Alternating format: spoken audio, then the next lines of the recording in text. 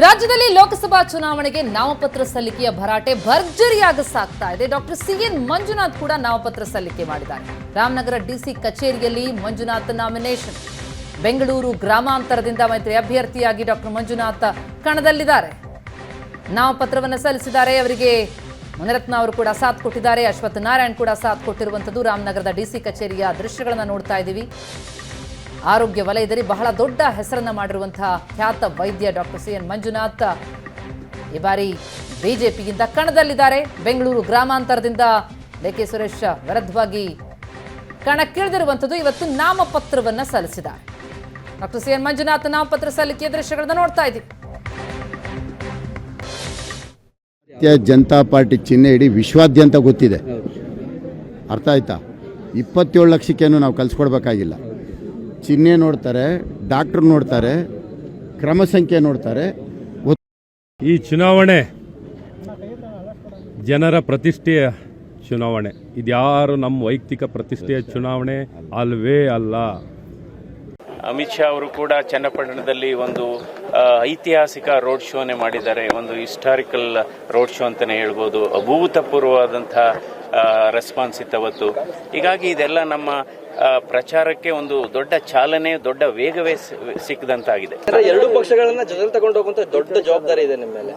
ಎಲ್ಲ ನಮ್ಮ ಮೇಲಿದೆ ಮತ್ತು ನಮ್ಮ ಮುಖಂಡರುಗಳೆಲ್ಲ ಮೇಲಿದೆ. ಈಗ ಎಲ್ಲ ನಮ್ಮ JDS, BJP ಮುಖಂಡರುಗಳು, ರಾಜ್ಯ ಮಟ್ಟದ ಮುಖಂಡರು.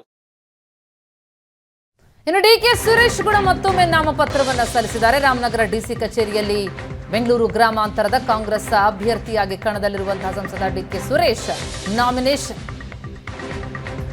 ಇಬ್ಬರು ಮುಖಾಮುಖಿಯಾಗಿದ್ದಾರೆ. ಡಾಕ್ಟರ್ ಸಿಎನ್ ಮಂಜುನಾಥ್ ಬಿಜೆಪಿ ಅಭ್ಯರ್ಥಿ, ಕೆ ಸುರೇಶ್ ಕಾಂಗ್ರೆಸ್ ಅಭ್ಯರ್ಥಿ. ಈ ಬಾರಿ ಕೆ ಸುರೇಶ್ಗೆ ಪ್ರತಿಯಾಗಿ ಬಿಜೆಪಿ ಕಣಕ್ಕಿಳಿಸಿರುವಂತದ್ದು ಖ್ಯಾತ ವೈದ್ಯ ಡಾಕ್ಟರ್ ಸಿಎನ್ ಮಂಜುನಾಥ್ ಅವರನ್ನ. ಈಗಾಗಲೇ ಮಂಜುನಾಥ್ ಅವರು ನಾಮಪತ್ರ ಸಲ್ಲಿಸಿದ್ದಾರೆ.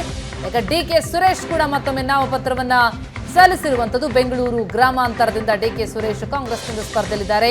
ಈ ಸಂದರ್ಭದಲ್ಲಿ ಮುಖಾಮುಖಿಯಾಗಿದ್ದಾರೆ ಇಬ್ರು ನಾಯಕರು ಕೂಡ. ಬಹಳ ದೊಡ್ಡ ಬಿಗ್ ಫೈಟ್ ನ ನಿರೀಕ್ಷೆ ಇದೆ. ಕೆ ಸುರೇಶ್ ಮತ್ತೊಮ್ಮೆ ಬೆಂಗಳೂರು ಗ್ರಾಮಾಂತರದಿಂದಲೇ ಟಿಕೆಟ್ ಗಿಟ್ಟಿಸಿಕೊಂಡಿದ್ದಾರೆ.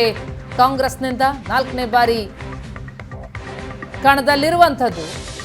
ರಾಮನಗರ ಡಿಸಿ ಕಚೇರಿಗೆ ಮತ್ತೆ ನಾಮಪತ್ರವನ್ನ ಸಲ್ಲಿಸಿದ್ದಾರೆ. ಮೊನ್ನೆ ಕೂಡ ನಾಮಪತ್ರ ಸಲ್ಲಿಸಿದ್ರು, ಶಕ್ತಿ ಪ್ರದರ್ಶನವನ್ನ ಮಾಡಿದ್ರು. ಈಗ ಮತ್ತೊಮ್ಮೆ ನಾಮಪತ್ರವನ್ನು ಸಲ್ಲಿಸಿದ್ದಾರೆ. ಈ ಸಂದರ್ಭದಲ್ಲಿ ಮುಖಾಮುಖಿಯಾಗಿದ್ದಾರೆ ಬಿಜೆಪಿ ಕ್ಯಾಂಡಿಡೇಟ್ ಡಾಕ್ಟರ್ ಮಂಜುನಾಥ್ ಮತ್ತು ಕಾಂಗ್ರೆಸ್ನ ಅಭ್ಯರ್ಥಿ ಕೆ ಸುರೇಶ್. ಹಾಸನದಲ್ಲೂ ಕೂಡ ಉಮೇದುವಾರಿಕೆ. ಪ್ರಜ್ವಲ್ ರೇವಣ್ಣ ತಮ್ಮ ಉಮೇದುವಾರಿಕೆಯನ್ನು ಸಲ್ಲಿಸಿದ್ದಾರೆ. ಜಿಲ್ಲಾಧಿಕಾರಿ ಕಚೇರಿಯಲ್ಲಿ ಪ್ರಜ್ವಲ್ ರೇವಣ್ಣ ನಾಮಪತ್ರ ಸಲ್ಲಿಕೆ. ದೇವೇಗೌಡರು, ವಿಜಯೇಂದ್ರ, HD ರೇವಣ್ಣ ಕೂಡ ಸಾಥ್ ಕೊಟ್ಟಿದ್ದಾರೆ. ಮೈತ್ರಿ ಅಭ್ಯರ್ಥಿಯಾಗಿ ಕಣದಲ್ಲಿರುವಂತಹ ಪ್ರಜ್ವಲ್ ರೇವಣ್ಣ ಹಾಸನದಲ್ಲಿ ತಮ್ಮ ಉಮೇದುವಾರಿಕೆಯನ್ನ ಸಲ್ಲಿಸಿರುವಂತಹ ದೃಶ್ಯ.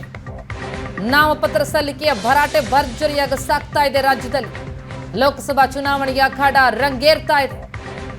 ಒಂದು ಕಡೆ ಬೆಂಗಳೂರು ಗ್ರಾಮಾಂತರ ಅಭ್ಯರ್ಥಿ ಬಿಜೆಪಿ ಅಭ್ಯರ್ಥಿ ಡಾಕ್ಟರ್ ಮಂಜುನಾಥ್ ನಾಮಪತ್ರ ಸಲ್ಲಿಸಿದ್ದಾರೆ. ಇತ್ತ ಹಾಸನದಲ್ಲಿ ಪ್ರಜ್ವಲ್ ರೇವಣ್ಣ ನಾಮಪತ್ರ ಸಲ್ಲಿಕೆ.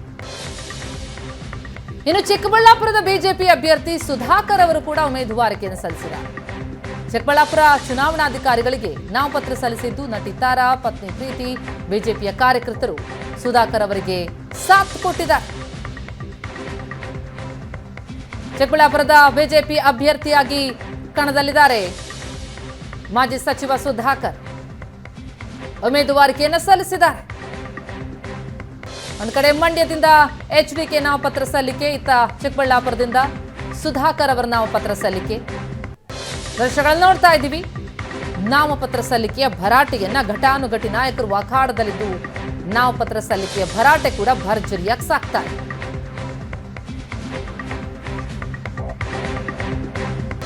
NDA ಅಭ್ಯರ್ಥಿ ಕುಮಾರಸ್ವಾಮಿ ಮಂಡ್ಯದಿಂದ ನಾಮಪತ್ರ ಸಲ್ಲಿಸಿ ಮಾಡುವಂತ ಸಂದರ್ಭದಲ್ಲಿ BSY ಸಾಥ್ ಕೊಟ್ಟಿದ್ದಾರೆ.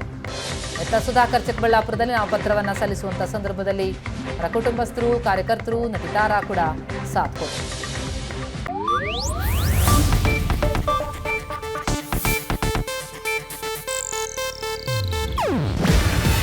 ಇದು ಏಷ್ಯಾನೆಟ್ ನ್ಯೂಸ್ ನೆಟ್ವರ್ಕ್ ಪ್ರಸ್ತುತಿ.